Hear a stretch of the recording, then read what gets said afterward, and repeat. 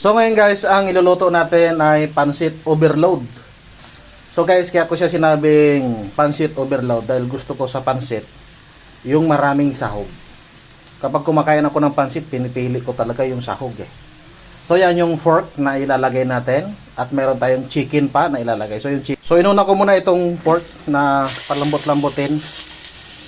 Yan, palambot natin sa sarili niyang tubig. So ang lulutuin ko guys na pansit, mga kalahating kilo lang. Pansit bihon. Pero ganyan natin siya sasahogan para marami tayo at kontento tayo sa sahog mamaya. Hindi kailangan hanapin. So yan guys, natuyo na siya ng sarili niyang kataso, napalambot-lambot na natin yan. Magigisa na tayo ngayon.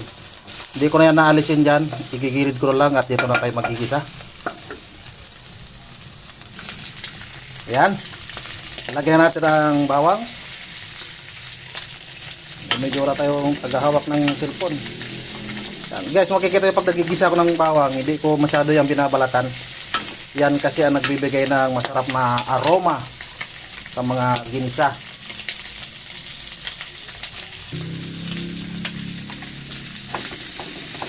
Ayan.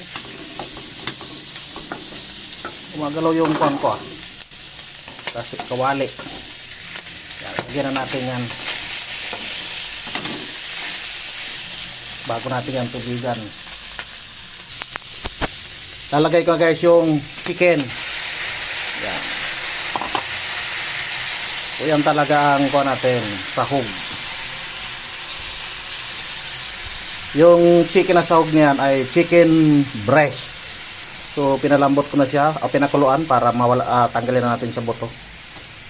So ngayon guys, kulong-kulo na yan. So lalagay ko na yung ating ibang mga sangkap. So naputol pala yung video kanina. Akala ko naka-on yung camera natin. Hindi ko pala napindot. So hindi natin na ipakita yung paglagay natin ng toyo at saka nung broth ng chicken. So nilagyan ko na rin ng paminta yan at seasoning. So pwede na tayo lagay ko na yung carrots. So hindi ko na ginisa guys yung carrots kasi kakaunti lang naman. Hindi ko na, pero pag pang maramihan pwedeng isiparit ng gisa yung gulay para hindi na overcook. So mga lods, bago natin nilagay si pansit, lagay ko na yung mga ibang gulay natin. Repolyo at saka Baguio beans. At ilalagay ko na rin yung ating pansit dyan. Yan ang pansit overload natin. Daming sahog. Kaya lagay ko na yung pansit. Para yung pansit ang naging sahog. Pero yan talaga, hindi tayo hahalukay ng sahog mamaya. So half kilo lang yan.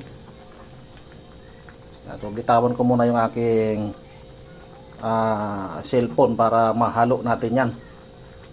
Dahil wala tayong tagakuha ng video.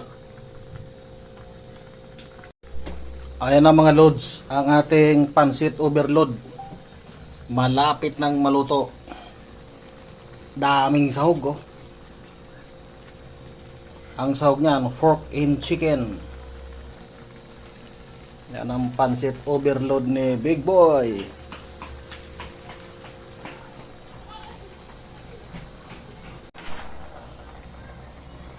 Ayan, luto na ang pansit overload ni Big Boy.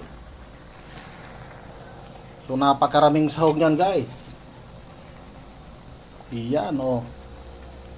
Wow. Mapapasarap na naman ang kain ko nito. So goods na yan mga lods. So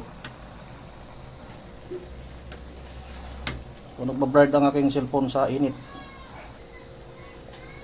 Ready to eat na tayo.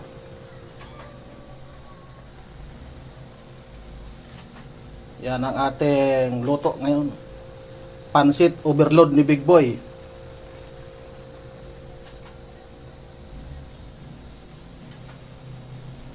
Goods na yan. Kakain na lang tayo.